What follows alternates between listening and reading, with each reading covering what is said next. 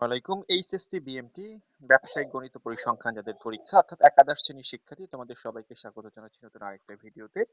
তোমাদের আগামীকালকে মূলত ব্যবসায়িক গণিত ও পরিসংখ্যান পরীক্ষা এবং এটি মূলত একটা গণিত ভিত্তিক পরীক্ষা। ৩ ঘন্টার এই পরীক্ষায় মূলত ৪৫ মার্কের অনুষ্ঠিত হয়। যেখানে তোমাদেরকে ২০ মার্কস এবং ২৫ মার্কস এবং ২০ মার্কস করে থাকে। আমরা যদি একটু মানদণ্ডের দিকে তাকাই, এখানে মূলত তোমাদের ৪৫ মার্কস এবং ৩ ঘন্টা ব্যাপী একটা পরীক্ষা হবে।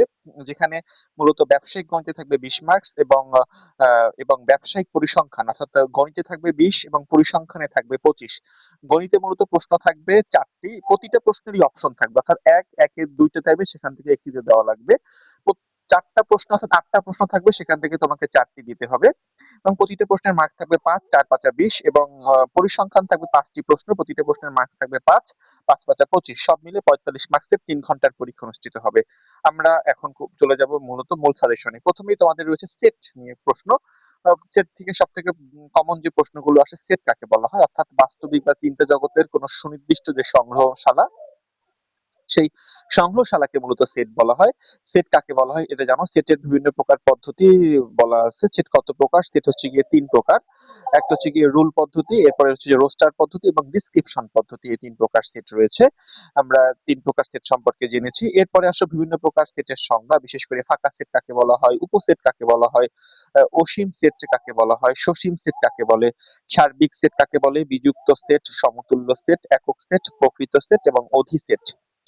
এই যে সংজ্ঞাগুলো রয়েছে এই সংজ্ঞাগুলো থেকে প্রচুর প্রচুর প্রশ্ন আসে। আমি তোমাদের জন্য প্রতিটার উদাহরণ সহ বলা হয়েছে। অর্থাৎ ফাঁকা সেট কাকে বলা হয়, অর্থাৎ যে সেটে যদি কোনো উপাদান না থাকে তখন সেটাকে বলে ফাঁকা সেট। এরপর উপসেট কাকে বলা হয়, যে সেটের উপাদান একটা সেট উপাদান অন্য একটার ভিতরে থাকে তখন সেটাকে বলা হয় উপসেট। এরকম প্রতিটি সেট সম্পর্কে এখানে ধারণা দেওয়া হয়েছে। এরপরে উপসেট, সমতুল্য সেট, বিযুক্ত সেট, একক সেট, প্রকৃত সেট, শক্তি, এরপরে উপসেট, পাওয়ার সেট, শক্তি সেট, সবগুলো সেট সম্পর্কে এখানে সুনির্দিষ্ট করে সুন্দর করে বর্ণনা দেওয়া হয়েছে। এরপরে দেখো তোমাদের সেটের কিছু অঙ্ক রয়েছে অর্থাৎ ইন্টারসেকশন এবং ইউনিয়নের অঙ্ক। অর্থাৎ এ বি সি এর মান দেওয়া থাকবে, সেখানে তোমাকে প্রমাণ করতে হবে A union B union C equal to A union B union C. আচ্ছা, আমাদের এই টাইপের অঙ্ক তোমরা অনেকবার করেছো। অর্থাৎ ইন্টারসেকশন থাকলে শুধুমাত্র কমনটা যাবে, ইউনিয়ন থাকলে কমন আনকমন সবটাই যাবে।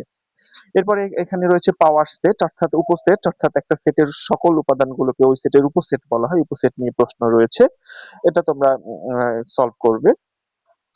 এরপরেও সেটে আরো কিছু প্রশ্ন দেওয়া আছে, এখানে প্রমাণ করতে বলা হয়েছে এবং এ সেট বি সেটের এই ফাঁকা সেটের উপসেটের নিয়ে প্রশ্ন রয়েছে। এরপরে আসো আমরা যদি পরের টার্মস দেখি, অর্থাৎ ৭ নাম্বার প্রশ্নে দেওয়া ছিল যে A intersection B union B অথবা পি অফ বি এর নির্ণয় করতে বলা হয়েছে। এরপরে আমরা যদি বলি এরপরে আমরা যদি পরের প্রশ্নে যাই, পরের প্রশ্নটা দ্বিতীয় অধ্যায় বাস্তব সংখ্যা। অর্থাৎ এখানে বলা হয়েছে যে স্বাভাবিক সংখ্যার সংজ্ঞা দিতে বলা হয়েছে। বাস্তব সংখ্যা কাকে বলে, বাস্তব সংখ্যা কত প্রকার, বাস্তব সংখ্যা কত প্রকার এবং কি কি, মৌলিক সংখ্যা কাকে বলা হয়, পরম মান কি, এই টাইপের প্রশ্ন আসে। এখানে বলা হচ্ছে সংখ্যা রেখায় দেখাও, অর্থাৎ একটা সংখ্যা রেখার মাধ্যমে তোমাকে প্রকাশ করতে বলছে, সংখ্যা রেখায় দেখাতে বলা হয়েছে। আমরা এরপরে বিন্যাস এবং সমাবেশ তোমাদের বিন্যাস সমাবেশ অনেকগুলো আছে। অর্থাৎ কিভাবে একটা সংখ্যাকে বিন্যস্ত করা যায়, টোটাল সংখ্যা উপরে আসবে, যেগুলো কমন আছে সেগুলো নিচে আসে।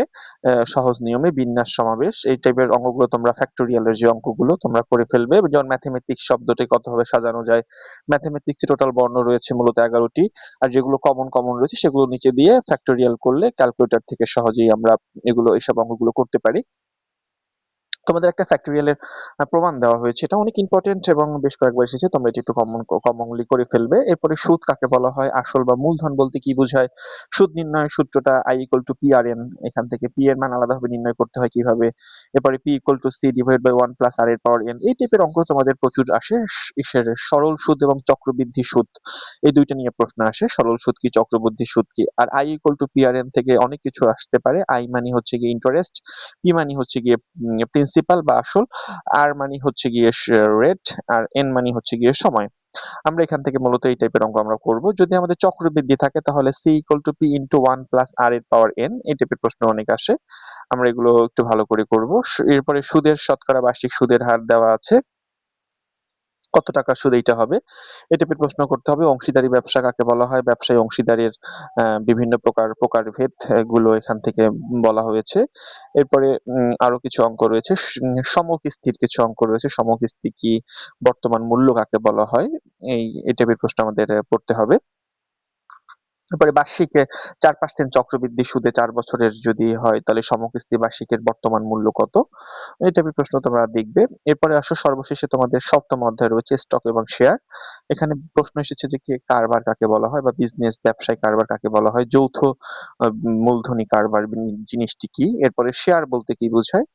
অর্থাৎ শেয়ার জিনিসটা কি? মালিকা এখান থেকে তোমাদের একটা প্রশ্ন রয়েছে যে প্রশ্নটা বেশ কয়েকবার এসেছে। যে যদি দালালির হার যদি এই 1/8% হয়, এত টাকা ধরে এত পার্সেন্ট স্টক এর ক্রয় মূল্য কত টাকা ব্যয় হবে?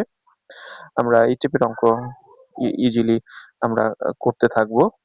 এরপরে আসো আমরা আমাদের দ্বিতীয় যে পার্ট সেটা হচ্ছে পরিসংখ্যান। পরিসংখ্যান পার্ট থেকে আমাদের মূলত প্রশ্ন থাকে প্রতিটা ৫ করে ৫ ৫ ২৫ মার্কস থাকে পরিসংখ্যানে এবং ৫টি অপশন থাকে। অর্থাৎ তোমাকে প্রতিটারই অথবা থাকবে। ব্যবসার ক্ষেত্রে পরিসংখ্যানের গুরুত্ব অর্থাৎ পরিসংখ্যান কেন প্রয়োজন? ব্যবসা বাণিজ্যে, মানব কল্যাণে, বাস্তব বিশ্লেষণে, সঠিক যোগানে, এরপরে অন্যান্য বিষয়, নীতি নির্ধারণে, আইন সংস্কারণে এখানে অনেকগুলো পয়েন্ট রয়েছে। তোমরা পয়েন্টগুলো একটু ভালো করে পড়ে নিবে।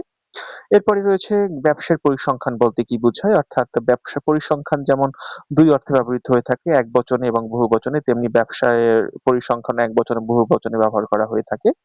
এখান থেকে তোমরা একটু পড়ে নিও। ব্যবসায়িক পরিসংখ্যানের বৈশিষ্ট্যগুলো বলা রয়েছে। এখানে তথ্যের সমষ্টি অনুসন্ধান থেকে প্রাপ্ত। এরপরে সংখ্যাসূচক প্রকাশ, এরপরে বহুবিধ কারণ দ্বারা প্রবাহিত তথ্য বিশ্বের তথ্য। এরকম নানা রকমের পয়েন্ট রয়েছে। পরিসংখ্যান কাকে বলা হয়?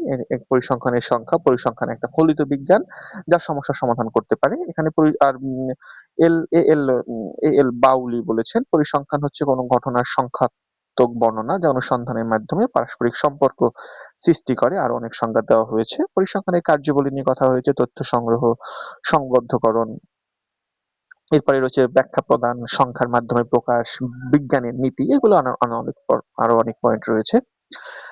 পরের প্রশ্ন রয়েছে চলক বলতে কি বোঝায়? ধ্রুবক, চলক ও তথ্য উপস্থাপন। দ্বিতীয় অধ্যায় চলক কাকে বলে? চলকের সংজ্ঞাটা অবশ্যই পড়বে। চলক ২ প্রকার, গুণবাচক চলক এবং পরিমাণগত চলক এবং অবিচ্ছিন্ন চলক রয়েছে। এরপরে রয়েছে বিচ্ছিন্ন চলক, অবিচ্ছিন্ন চলক, চলক সংখ্যা এবং চলকের মধ্যে পার্থক্য পড়তে হবে। উপাত্ত কাকে বলে? প্রশ্নটা অনেক ইম্পর্টেন্ট।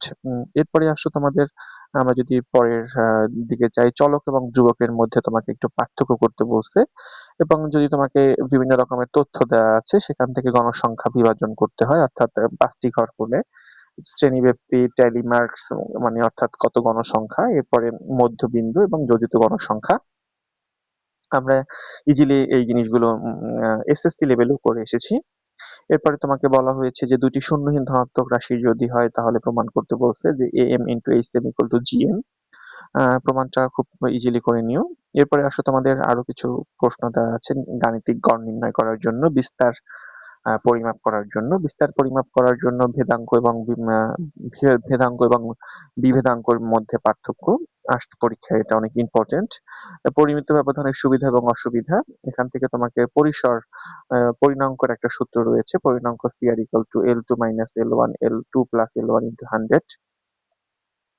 এরপরে আরো কিছু কমন প্রশ্ন রয়েছে।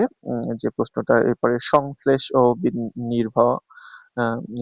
সংশ্লেষ এবং নির্ভরণ। এখান থেকে সংশ্লেষ কাকে বলা হয়, নির্ভরণ কাকে বলে, দুটোর ব্যাখ্যাটা অবশ্যই পড়বে। এরপরে তোমাকে রয়েছে সূচক সংখ্যা। সূচক সংখ্যা নিয়ে তোমাদের সূচক সংখ্যা কাকে বলা হয়, সূচক সংখ্যা কত প্রকার ও কি কি? সূচক সংখ্যা মূলত ৩ প্রকার হয়ে থাকে, মূল্য সূচক সংখ্যা, পরিমাণ এবং মূল্যায়ন সূচক সংখ্যা। এই সূচক সংখ্যাগুলোর বিভিন্ন রকমের সূচক সংখ্যার প্রকাশ এগুলো পড়তে হবে। সর্বশেষে তোমাদের যে অধ্যায়টা রয়েছে সেটা হচ্ছে গিয়ে মূলত নমুনায়ন বা স্যাম্পলায়ন যাকে বলা হয়। একক নমুনা রয়েছে, এরপরে সমগ্র এবং নমুনায়নের ভিতর পার্থক্য পরীক্ষায় আসতে পারে। এরপরে সুনামি জরিপ এবং নমুনা জরিপের মধ্যে আসলে পার্থক্যটা কি? এগুলো নিয়ে তোমাদের মূলত সিলেবাস গঠিত এবং এই প্রশ্ন যেগুলো দিয়েছি সেগুলো একটু বারবার একটু হার্ডলি পড়াশোনা করলে আশা করি একটা ভালো ফল পেতে পারবে ইনশাল্লাহ। তোমাদের সবার জন্য অনেক অনেক শুভকামনা রইলো। ঠান্ডা মাথায় যেহেতু ম্যাথমেটিক্স সাবজেক্ট একটু প্র্যাকটিস করতে হবে। এই ছোট্ট একটা পিডিএফ দেওয়া হয়েছে, এগুলো একটু প্র্যাকটিস করো বারবার ইনশাল্লাহ। তাহলে আশা করি আশা অনুরূপ পরীক্ষার ফলাফল করতে পারবে। তোমাদের সবার জন্য অনেক অনেক শুভকামনা রইলো। আল্লাহ হাফেজ।